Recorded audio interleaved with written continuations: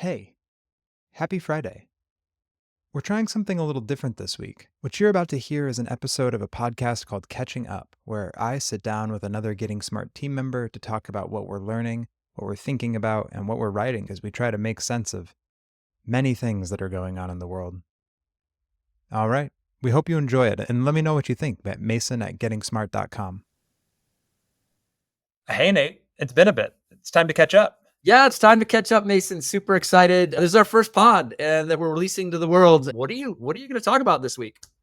I've got a few things. I want to chat about abundance, which is building on the recent release of a book from Ezra Klein and Derek Thompson, fellow podcasters. And then I really want to think about how pathways work in a changing labor market, building on some of the work we've been doing for the last few years.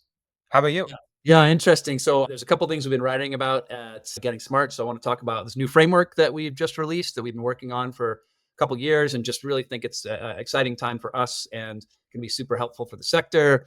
And then drilling down into how do you design great learning experiences and how do we talk about learning experiences as the grain size instead of courses and or degrees as the grain size. And then just a little snippet on our favorite H3 tech tools right now that are driven by some AI and some not by AI, but are really helping accelerate this next horizon type work. So a lot of good stuff to talk about today. We're going to fill up the show for sure. All right. What's our music for the week? I sent you a quick snippet of song, and it is an AI generated song from Sono. I fed it a little bit of lyrics. I fed it a little bit of my own voice singing and a little bit of my guitar. And your job is to guess the influence, either the artist, genre, or anything you can tell me about what I potentially fed into our Suno app, which we've been using to make music. All right, let's try it. Looking for the door to connect me off the floor to a path only my eyes can see. Stepping through the haze, lost in a tangled maze. Each corner holds a key to who I'll be. Learning as I go through the highs and the lows. Each step's a mystery, but it's shaping me.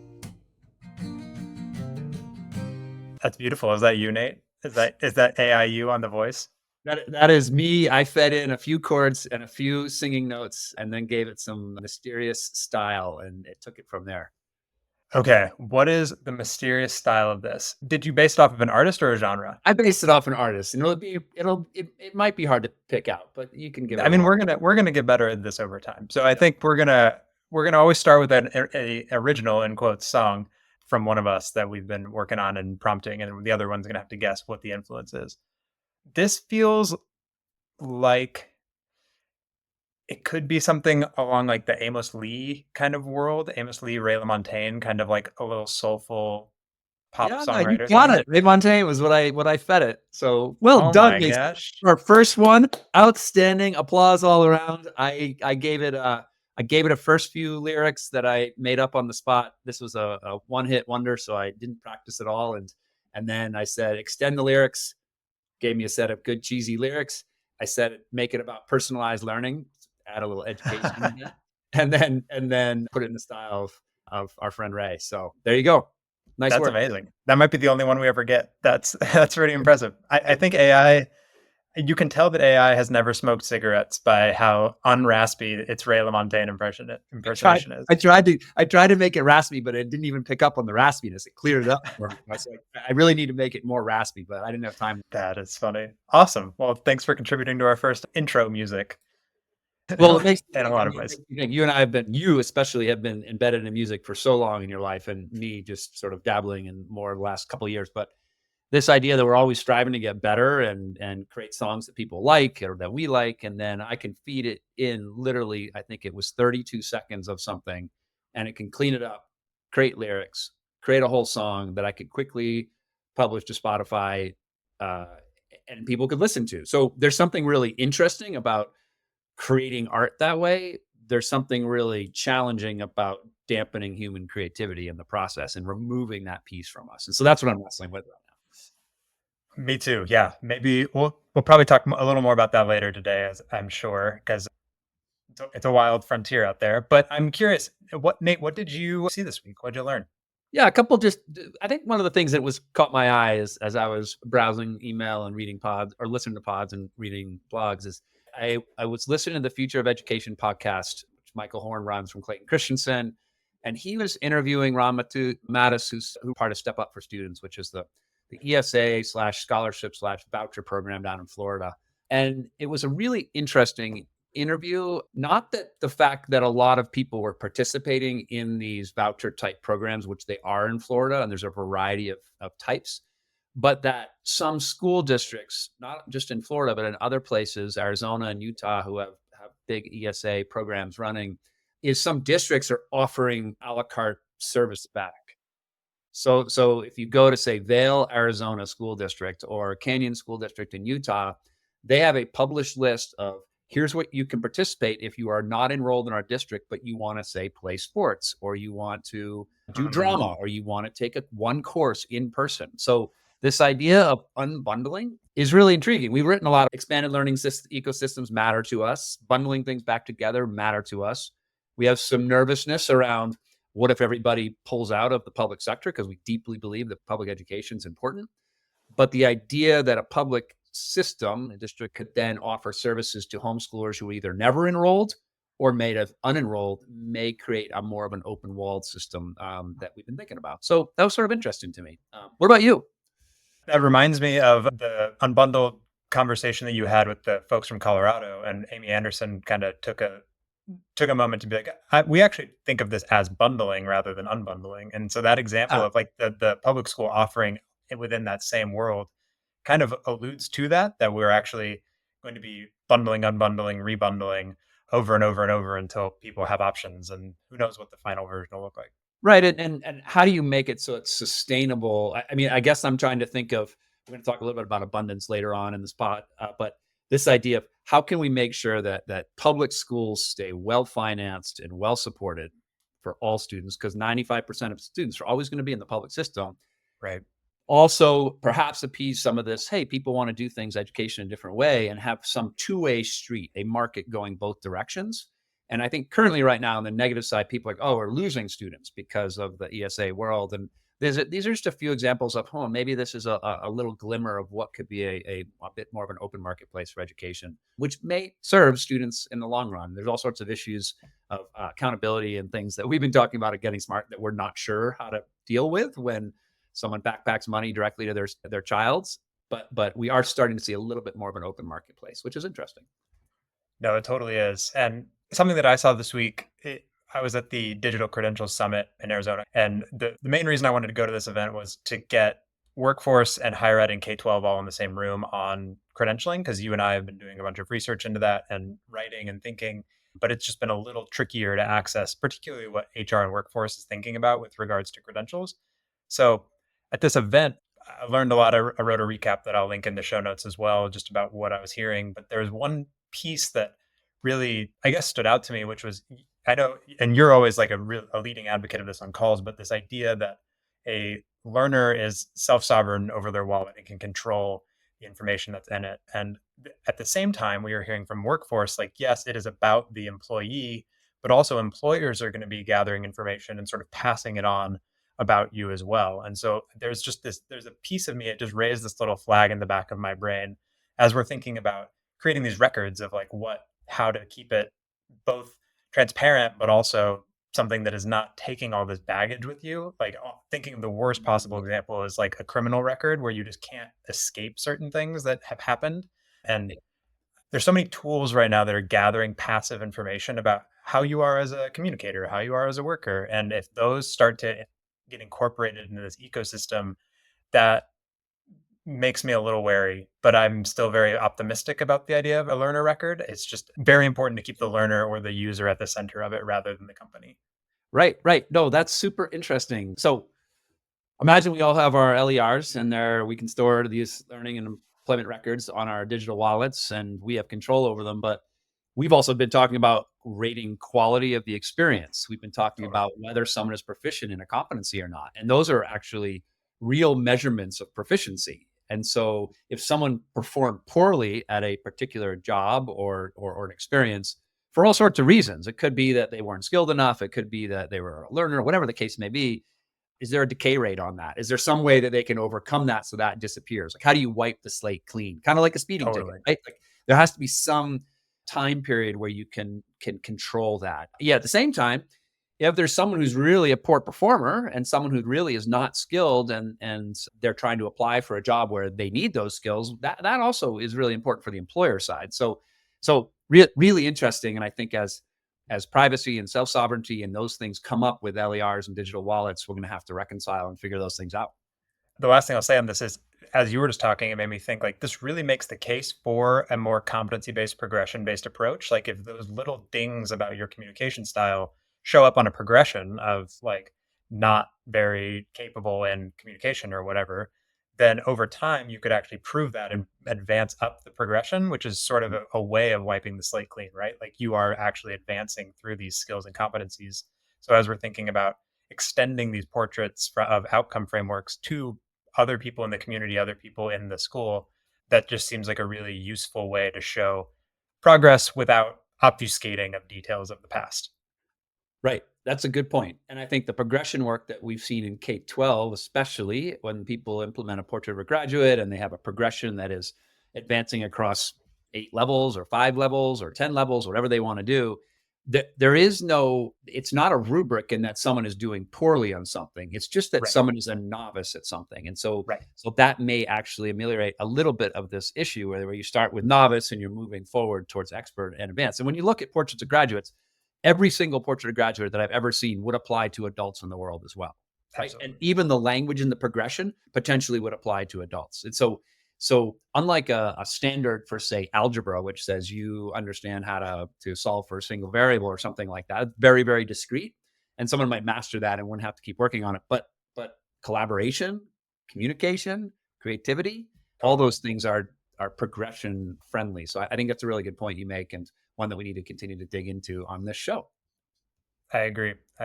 Well, let's get into the news section of the show here. So, because this is probably the first episode of this we're going to be running, basically, we're always going to jump into a section where we talk about recent news that we've seen or things that Getting Smart has published. This week in particular is a bit heavy on the Getting Smart stuff, just because Nate and I have been writing a lot and thinking a lot. So these are going to have some broader views in there. But just so you know, we're going to cast this net wide, and not all of them are going to be focused on things that we published this week. Yeah, and I think also those of you who are listening to the pod, and we're excited that you're here. And if you think there's something that's newsworthy, especially that doesn't get a lot of media attention, send it our way. We like uncovering stories and things that people are talking about and doing in education, whether it's at schools or districts. If they're amusing, great. We like to laugh on the show. And if they're good for young people, that's even better, because we want to do things that are good for young people and learners across the world. So Mason, maybe I'll start. So you and I, like you said, we've been writing a lot, and we are super excited. Rebecca Meadows and I have been working on this framework of how do we take all of the time we spent in schools and districts and put together a framework that we think captures a way to think about school redesign, and especially in the age of AI, how do we do this well? And so we have built the blog is already available on our website, and we're going to write a bunch more about it. And we've started to implement it with some of our school partners and district partners. But I think what I want to talk about quickly here is that this layering system. And we pulled this from technology, where you have a UX layer, and you might have a code layer, and you might have a operating system layer, whatever the case may be. But we're thinking about that when we think about redesign. And we have these elements, or these 4 layers. Like, one is the learner layer. We always think you need to start with the learner, who they are, their identity, where they want to go, what's the pathway they get there to get there, and then what are the connections they need to make, the partnerships they need to make along the way. And Julia Freeland Fisher writes a lot about this in Human Capital. But so we start at the center with this learner layer, and then we add on the outside this learning layer. And the learning layer has, how do you build a community vision? We think all this stuff should come up from the ground and from the community. How do you build a set of learner outcomes, what we were just talking about, and then build a nice learning model around it that says, how are you going to actually make this happen? How are we going to signal to the outside what a student has accomplished? And then what does the learner, the ecosystem look like? We talked about breaking down barriers and expanded ecosystems. So you have learner layer, learning layer, strategy. How do we make this all happen? Because you can create anything you want, but if you don't have a plan, that's not going to happen. And then the system layer, what happens when you're in a big district like LA Unified or New York City or Atlanta, and you have hundreds and hundreds of schools? It's a portfolio approach, and they're all going to be in different places in their school redesign. And so we're thinking a lot about how do you help those particular leaders in those systems use a model like this, and that system layer addresses that. So we're super excited about it. Take a look, listeners. Please read the blog, push back. I'm wondering your reaction, Mason. You're you did a lot of proofing on this, and you've heard about it. What do you think? No, I think it's great. It makes a lot of sense for our work. It pulls a bunch of things that we've been talking about for a while together into a easy to kind of digest place.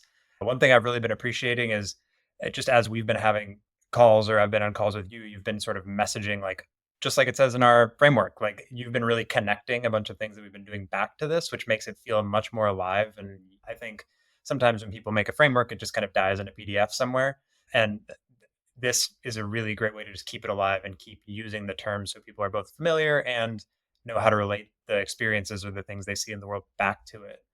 I love the way that this built on some of the stuff that we did about 18 months ago with the portrait model stuff, Yep. where we were talking about the system and the leader and the self-portrait.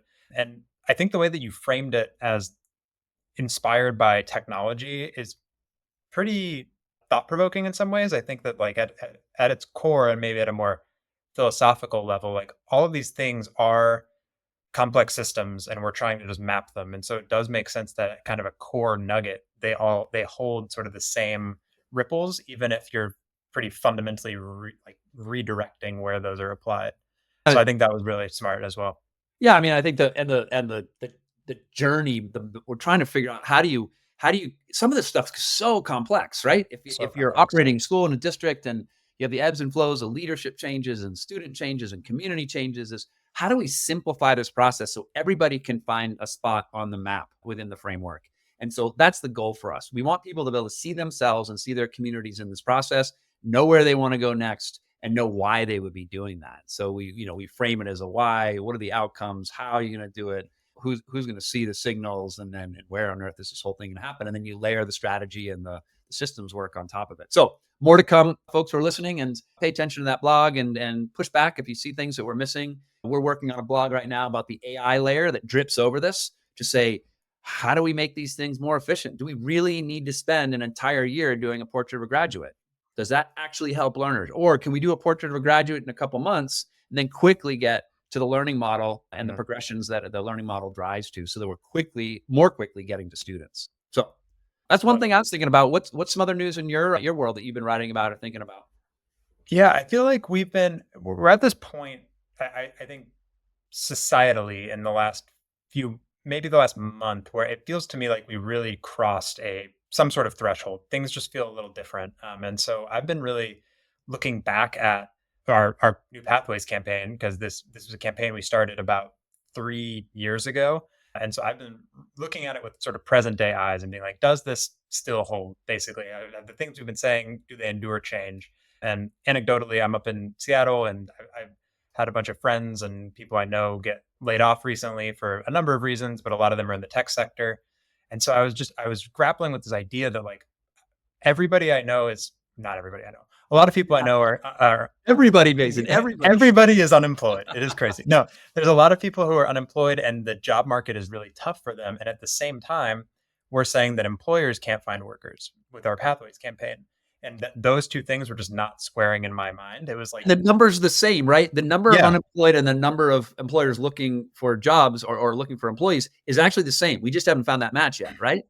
Totally. And so I've been revisiting that this week, and I've got some data just about like the number of information technology sector workers who are unemployed has gone up in the past few months, just a couple percentage points, but it puts it above the average unemployment rate.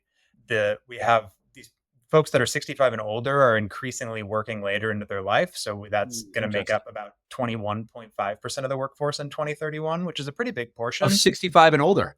Yeah, 65 and older. Wow. So then we have a lot of this sort of speculative AI agent rollout, right? Which is like there haven't been a ton of reports of like, I've saved X amount of money by incorporating an AI agent into my company. But like, because the unemployment rate is going up in tech, it's possible that AI is really starting to show some of the ways that it's able to make some work more efficient there. And Do you then, think that wait, do you think yeah, that is it possible that AI agents just go the way of, say, email, where it's this great fancy technology, but then it just gave us a lot more work in the long run? Are AI agents going to be more independent? What's your thought? What's your hypothesis? ooh, that is a really good question. More work or less work? What's going to happen here? My guess is it involves more management work. I think it changes the Mm, work probably more than right, reduces. I right. think That's good. we all become managers of basically big teams of AI agents. But I think I could see AI agents more so than email. I do think will actually replace tasks that a lot of people do on a daily basis. Yeah. Whereas Um, email, all it did was the reverse. It added tasks, right? So maybe Correct. that's the opposite there. So okay, good. We'll keep that hypothesis in our mind and see when we future catch up episodes that we can actually verify that. So okay, you were going to say last one you were thinking No, about. no. Just the last thing with this is I think that my takeaways from this is just really reinforcing some of the stuff that we have been saying in our New Pathways campaign. So if I had to say, like, does New Pathways hold up in a new labor market? So far, the things we've been saying, yes, it's this idea that agency is more important than ever. Connecting people to problems that need solving is more important than ever. And really having those community communication apparatuses so you actually know what workforce needs so you can then provide and vice versa, more important than ever. So I think kind of a napkin math version of my post, but I'll throw a link in the show notes to that as well, and you can dig a little more into the data on what's going on in the market. Yeah, yeah. I'm super interested to see what happens. I think AI is going to be, the rise of AI agents is taking away work, which Yep, will shift the work, like you said, more to management. Question is, will we need more or less managers? And the second question is how well do people manage, which I actually think is probably not very good across the board. And 100%. so I think that they're, especially in the professional worlds of people that do work in front of a computer or those kind of pieces, I think there's going to be some real disruption and people need to reinvent themselves. I think it's going to be less disruptive in the trades. I think plumbers and electricians are in good shape right now, and they make good For money. They sure. can run their own businesses, and they do really good, valuable work. And I think that there's some sense that that will be a delay impact, whereas sort of the technology type work is going to have the early impact. And maybe we're starting to see that. So. Yep, strongly agree. What else you got, Nate? Okay, so Victoria and I were working on a project, and we were really thinking about the limitations of courses as the grain size that we look at in schools, and so high schools and colleges, middle schools as well. And by that, just to be really crystal clear, is most students take English 9, 10, 11, and 12, 4 years Mm, of English in high school. They might go to college if they decided on higher ed, and they'll take an English course, they'll take a music course, and they'll be more specific, et cetera. But everything's related to time and the Carnegie unit. And you know that we've been writing a ton about how do we bust up that Carnegie unit, because and even Carnegie Foundation for the Advancement of Teaching is also thinking of that. They are really preaching we need to change this. And so Victoria and I were really thinking about what should that grain size be. And we really started to settle on this idea that the grain size should be the learning experience. And so right now, it's a proxy. The course is a learning experience, and you're supposed to learn a bunch of things in that course, and you get a letter grade at the end. And that checks off that you have potentially mastered or shown proficiency in those outcomes. The reality is we don't really know what an A, B, and C is. And it's also a large length of time, typically a semester and or a year. So what would happen, and what we're preaching and working with some of our partners, is what happens if you actually unbundle courses into learning experiences. And so your mm, grain size is learning experience, still connected to outcomes. You're getting some sort of result after each learning experience. It increases flexibility so that if a student takes a learning experience and they don't do well on it, they don't satisfy or become proficient, they just have to redo that experience in some format rather than an entire course. We have way yeah, too many students repeating entire courses, even though they only missed a certain part of that course in terms of proficiency. It allows you to stack different experiences. So you could have a learning experience inside of school, outside of school, and you could put those together and potentially stack to some sort of course credit. Maybe you have micro credit. I think this idea of valuing experiences matter. And when we diffuse or we hide the curriculum within a course, say English 9, but yet the student did a really interesting project where they went out and interviewed community members and were writing an analysis essay on the health of the community or something like that. That's a real experience that should show up somewhere And it doesn't show up if you're at the course level. It only shows up if you're at the LX level. So we're thinking about this as how do we get schools to actually change and think about LX as a learning experience as the grain size and not the course. You can still Yeah. stack all those learning experiences up into a course. No problem if you want to do that, but it opens up way more doors. Push back. What do you think? True, false, maybe?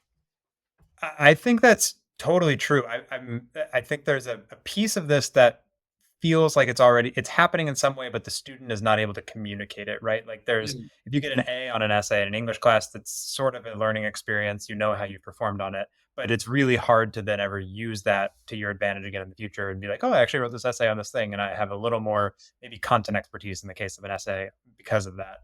One thing I heard it made me think of was again at the summit that I was at recently.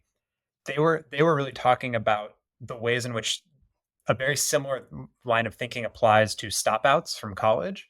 So Ooh, like if you even take this a level up and you say that like a diploma or is a sequence of like a stack of courses, correct. then if you just actually grain size everything down to learning experience, like you could be through college and suddenly it's not 4 years until what you're doing has value. It's like every week Yes. what you're doing has value, which is so important. And I think a fundamental reframe that could both help with engagement, it could help with providing people with experiences that actually show them what they want to do in the world. And it's just a really great way to build and articulate skills for young people. Yeah, and the other big piece that should be added to your list there, because I think that's really important, is it addresses a little bit of this debt issue because too many For students have sure. debt with no degree, right? Hundreds of thousands Absolutely. of students have no degree but debt left. And so when there is value attributed to even a single project that can go into your portfolio or your as an LER in your digital wallet, and that is actually stamped as something that is validated from that university or higher ed system, that's meaningful. The challenge is that higher ed is going to push back a little bit on this because they want a captive audience, right? The Right. learner would really benefit, but the higher ed would say, well, shoot, I don't want someone just to come for a quarter or semester and I give them 7 validated experiences and then off on their merry way. But the reality is I think this is the rise of credentialing has done this anyway. More and more students are Mhm. not wanting a full 2-year, 4-year system. They want something that will be valuable right away. And so stackability matters. And it's exactly right. We were writing from the sort of high school perspective and middle school perspective, but I think it's totally valid at higher ed as well. So, yeah, I'm excited the blog's out. And again, listeners, take a listen and push back. And we're seeing more and more schools start to think about this way, but it does require some reframing for sure. For sure. And I think we could actually learn a lot here from art schools where you have something more like a Yeah. portfolio that accompanies learning, where you're not so dependent on completing a full sequence of courses, but you have these kind of tangible, communicable project deliverables. So I wonder if there's cool schools out there that you know of that are doing something like this, where it's sort of like these incremental project-based report cards where you can kind of show what you're doing.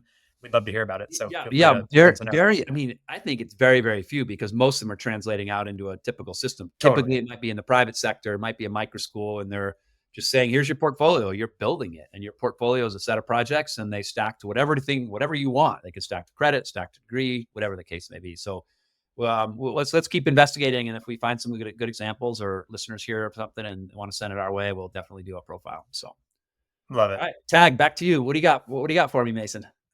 Well, I've been working on this piece on abundance, and this is kind of it's a little bit of a meta comment, but then I also want to spend a couple seconds thinking about this framing of abundance. So I've been following a number of thinkers for a few years here, Ezra Klein, Tyler Cowen, Noah Smith, Derek Thompson, to name a few of them. And all of them had this similar idea at the same time. They all called it something different.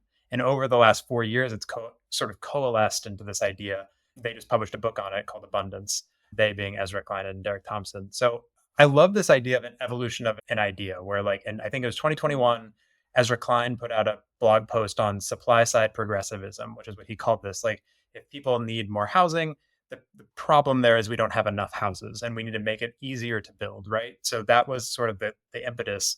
And then there was this idea a year later where Derek Thompson came in and said something super similar, but he was approaching it through the development of technology and was basically like, ideas are cheap and implementation is really expensive and hard.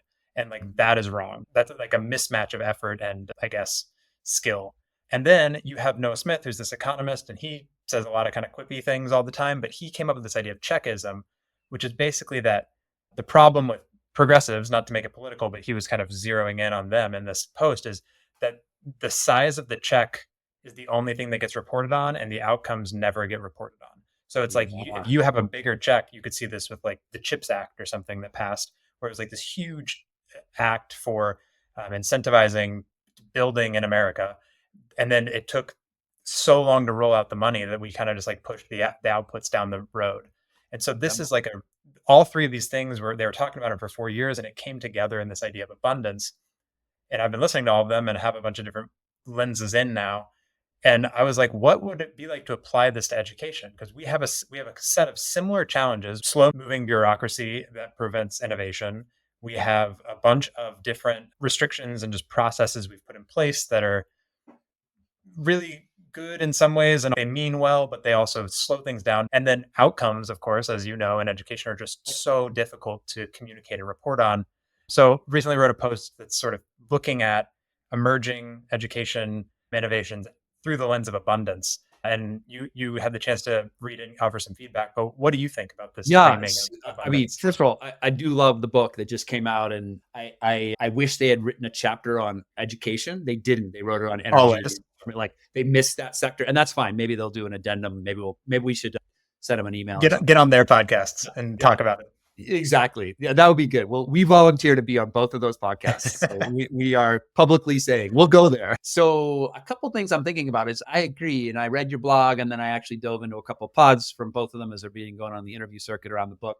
And if we had to write the chapter on education, there's two places where I would think would be really good examples. So one is this idea of IEPs, right? So you have these individual education plans. They're really important because they give students services, extra services for students who need them, right? Really, really important.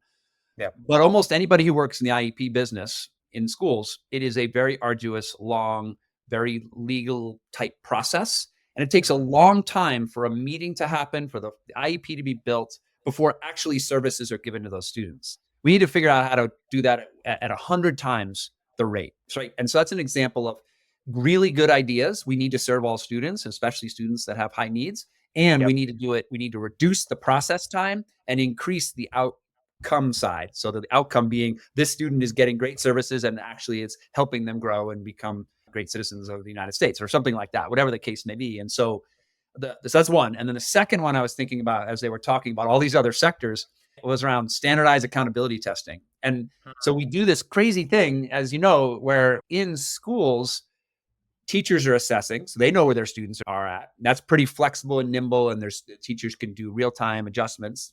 Great teachers do this anyway. Then you have more norm referenced. So think about NWAS MAPS testing or iReady or something like that, which are done typically 3 times a year. So that's formative assessment rather than summative. And then come May, all these schools that in the public sector have to stop and do these state mandated tests to serve accountability rules. And so my question is like, let's reduce this process. I think you get every teacher in America to think about, say, this is a good idea. And at minimum, use the formative norm reference tests for your state end of the year tests. So everyone just jump on MAPS and do it. And you have this aggregate, it's growth, you're getting real-time results. There are states like Idaho next door to where I am in Wyoming, and they don't get results back until the fall after the students have taken them in May. So there's nothing that helps student outcomes. Nothing. And everybody talks about this. Yeah, we have this big accountability system. So let's reduce the process and increase the rate of assessment feedback. And so it goes right to students. Like, hey, this is how I'm doing on ELA or math. Great. Teacher I'm going to work with, parents know. And then you don't have to waste all of May prepping for and doing these quote unquote high stakes tests, which frankly, I wonder how many students really care about. There you go. There's my chapter on education for the abundance folks to read about. That's a fantastic chapter. I can't wait to read it. We should just write it for them and then just send it to them and say like, hey, we're ghostwriting. Yeah, that'd be amazing. I mean, if you're writing a book about abundance, surely more is good. Well, that's right. It's an extra chapter really is actually part of the abundance theme, right? So yeah. Yes, exactly.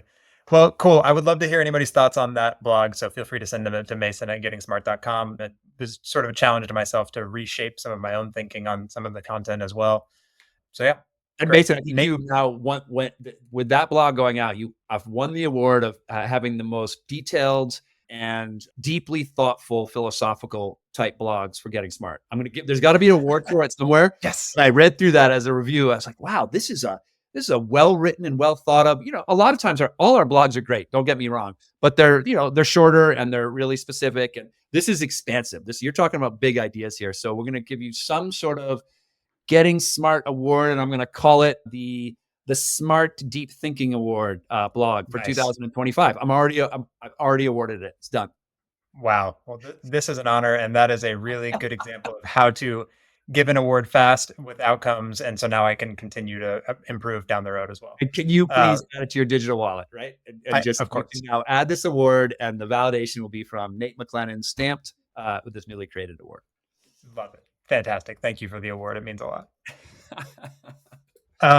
All right. I mean, one other thing is just as you know, I love thinking about EdTech and what's going on and watching the AI tools sweep the EdTech ecosystem. And so much of it is about helping teachers do things more efficiently, which I don't argue with. I think teachers have a really, really challenging job. And when I was teaching, it was Saturday and Sunday work and correcting and prepping. And when we want to do high quality work with young people and get them out in the community and do real world type experiences, and they take a long time to design. You got to make phone calls. You got to prep.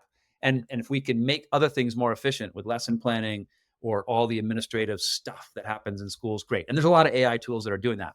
There are a few out there that are pushing on the front end, right? And so we've talked about, and some of our friends sort of at Schooljoy, where they just released a new demo. And if you look at that demo, they're using AI to extract competencies and skills, kind of like LibDex in Colorado is doing the same type of thing. And it's not validated, but students can add an experience and they can extract the competencies that are relevant for their schools and districts, right? From the portfolio graduate. Pretty interesting.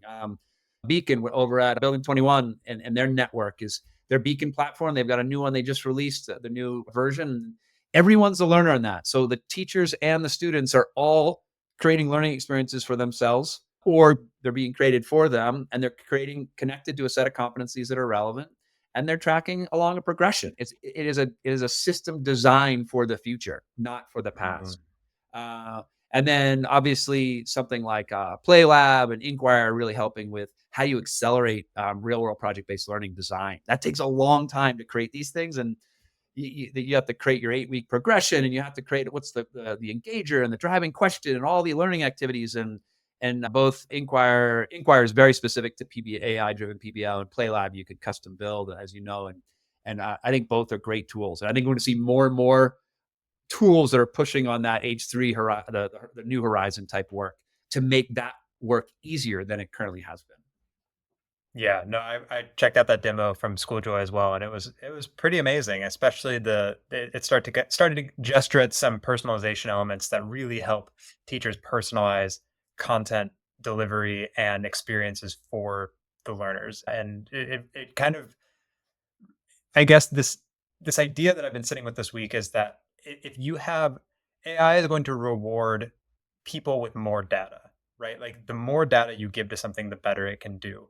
And so in some ways, these AI tools and these new ways of controlling inputs and outputs is really a testament to how much of everything we do every day is data that just like is not being used. Yeah. And it really is coming to light more as I see these tools incorporating things that I'm like, oh, that would have been a passing thought in a conversation with Nate. He said something, I didn't even clock it, but because it was saved as data in this thing, it's totally useful in the future, where now I know Nate probably likes Ray LaMontagne because that was his reference point. And so like that is something that I can use in the future as data for sending you songs in Slack or something like that. So, right. I mean, we're even just doing this pod, right? We are contributing data to the ecosystem that we hope is relevant, right? That we hope has some informed, maybe we show up on the top of someone's Google search when they search for Ray Montaigne or something like that. Who knows? That would be wild. And if that's true, you should not listen to this, and you should listen to Jolene or another Ray LaMontagne song, because those are really, really excellent and worth your time. Cool. Well, Nate, we're getting into our final section here, which is sort of on that subject, thinking about really what keeps us or makes us human. I think we're going to always be circling some sort of technology on this podcast just because of the times that we live in and how it's impacting education and learning. But it's really important to us to always be thinking about the human experience and the things that are giving us sort of energy to participate in this human society that we live in. So what moved you this last week, or what's uniquely human that you saw? Yeah, I think what I've been thinking a lot about is sort of the relationships of human to human. And we have in our technology infused world, we've put things in between the direct human to human relationship. So as you know, I coach high school soccer, girls soccer. And so every day after school, I'm up on the fields and we're just trying to help young people get better. And we're having conversations. Our coach as coaches, we learn from them, they learn from us. And there's something uniquely human about that. There's something powerful about just being with a group of people that are working towards a common goal and having conversations, and sometimes hard conversations, sometimes easy conversations. But I think that there is this power when we think about human evolution. The human species evolved faster and developed, our brains developed because we're able to communicate and share stories and share Mm. information and things together. And it is easy to see us getting a bit more disconnected from that. The more AI generated material out there, the more we're on our devices. We're one step removed from having a conversation with a human being about something interesting and beautiful, whether that's a sports team or a photo or a landscape or what, that doesn't matter what it is. So I think that's what's making me, I don't know, think a little bit about how do we make sure we amplify and keep those things going in a world that's going to probably drag us away from that. Yeah, I think that's a really great point. Mine from this last week is similarly about human relationships. So my mom is a visual artist, as you know, and she There's has. a painting in a gallery in Jackson, apparently, right? Yes, there is, and so she's very wonderful and talented. But 3 months out of the year, she's at an art fair in Arizona, and I was down there about a week and a half ago. So this tent is filled with like 38 fine artists. They're doing things out of physical materials, so a lot of sculpture, painting, etc. And they had a session on AI and art. And so I was talking with them and thinking about it. And I think walking around that tent and looking at it really made the case for why visual art will persist. I think like Mm. for years now, we've had the ability to go online, buy a Claude Monet print, size it to your wall, and print it for like $150 in a high quality print format. And still, people are buying visual art. They're putting it up in their homes. It's not something that the world has voted on as being like the most beautiful thing and putting it in a museum, but it's like this really beautiful artifact from a human being. And I just think there's these pieces of the material world that are going to be really hard to overthrow. And sure, they're using AI, right? Like a lot of folks will that my mom knows will like take a photo and then they'll run it through an AI tool and be like, make this more interesting. And then that's a digital version. And then they paint that, right? So there's like an AI component in the flow, but I really think that there are some things that are going to either take a very long time, assuming we don't all live in the metaverse in 5 years. But I'm I'm optimistic about the human to human connection of art. And while I was down there, I also got the chance to see concert from Dave Rawlings and Gillian Welch, who are two of my favorite artists right now. And there was this song they played. They're very kind of bluegrass, rootsy Yeah. music. So Yep. you don't get on phones when you're in there or anything, and they're in a small theater. But there was this great scene where Dave Rawlings was playing banjo. Gillian Welch was doing like a hand percussion on her thigh and like stomping, and it felt like we were in the 30s, just like gathered and like in someone's living room. And it was Yeah. so cool to just see this like removal of so many tools and production and just go back to this human experience. And the energy in the room was just palpable of all these people sharing this thing. So just huge kudos to getting people in a room and doing beautiful things together. Yeah, I mean, things that move us, right? Like move Absolutely. us, meaning move us emotionally or spiritually or whatever it is. It's just it's really powerful. So I think that it gets back to, I think you and I have talked about this, but I do believe that we're gonna have a unique value prop for a human made stamp or a human Mm. created stuff. And whether that's a song or a piece of art or a piece of writing, and it may not be as perfect, quote unquote, as what someone can generate after three or four prompts on a chat GPT, but it's going to be more beautiful and more inspiring because it is human made. And I think that's going to become more and more rare. I think we are generating more information than ever before, and more of it's not human generated. So things to think about. Love that experience of art and thinking about people in a room playing music, which is And- what you and I like. And this is bringing it full circle. So that's our Yep. catch up for the week, Mason. Yep, it's been great catching up, Nate. And thanks again for your musical contribution at the beginning of the episode. And you'll be hearing from me next time. So I'm already excited, and I'm hoping that I can do as good as you did for mine, but I bet you I won't. So, all right, see everybody next time. all right. See you, everyone. Looking for the door to connect me off the floor to a path only my eyes can see. Stepping through the haze, lost in a tangled maze. Each corner holds a key.